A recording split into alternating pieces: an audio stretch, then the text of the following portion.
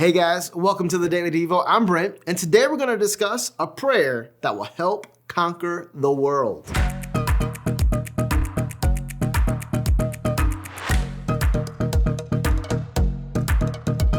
I want to begin by looking at what Paul says in Philippians chapter 1, verses 9 through 10. Here's what it says.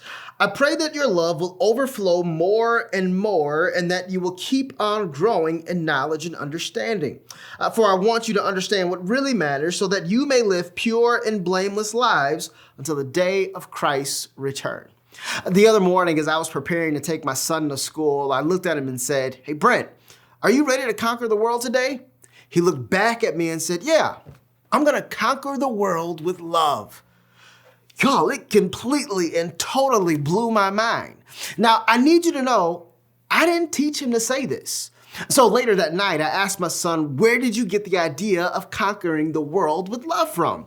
He looked at me and said, "I got it from God. Because he wants everybody to get into his kingdom, so we have to love one another." Y'all, I gotta admit, when he walked away, it brought me to tears.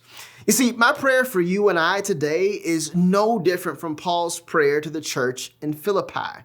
My prayer is that you and I will grow in love, also in knowledge and understanding. And the reason why is because God wants us to conquer the world. And until Christ returns, in the words of my son, God wants us to add as many people to his kingdom as possible. And we do this by growing in love. Here's the challenge to you and I today.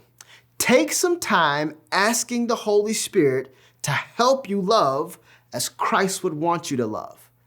If a 7-year-old can do it, so can you and I. Now go and conquer the world with love.